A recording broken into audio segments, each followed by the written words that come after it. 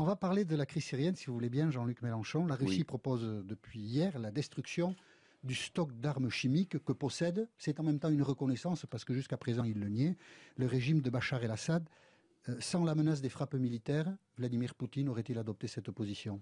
Ah ben oui, parce que si elle permet d'éviter la guerre venue de l'extérieur, c'est tout à fait positif. Donc Mais la menace commençons. des frappes a joué.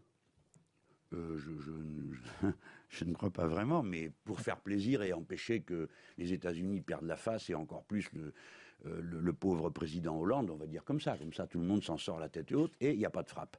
Car frapper le régime Bachar el-Assad, la situation aujourd'hui est arrivée à ce point d'invraisemblable, c'est que si l'on tape à un gouvernement que l'on n'aime pas et qui n'est pas démocratique, on revient à aider des gens qui, eux, sont tout aussi peu démocratiques.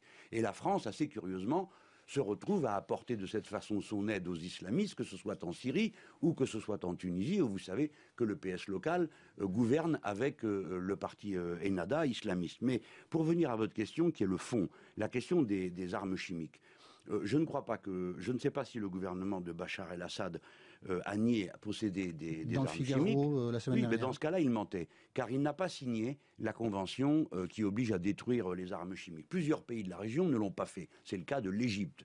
Quant à Israël, elle a signé le traité, mais elle n'en a pas adopté, elle n'a pas ratifié, c'est-à-dire qu'elle n'a rien fait du tout. Il y a donc des stocks énormes. Moi, je pense que si les Russes nous aident à faire en sorte que les Syriens n'aient plus de stocks chimiques, eh bien les Américains doivent nous aider à ce que les Égyptiens et les Israéliens n'en aient pas non plus. De cette manière, on aura fait un progrès collectif dans la région. Mais dans le moment, c'est vrai, c'est bien qu'on fasse comme ça.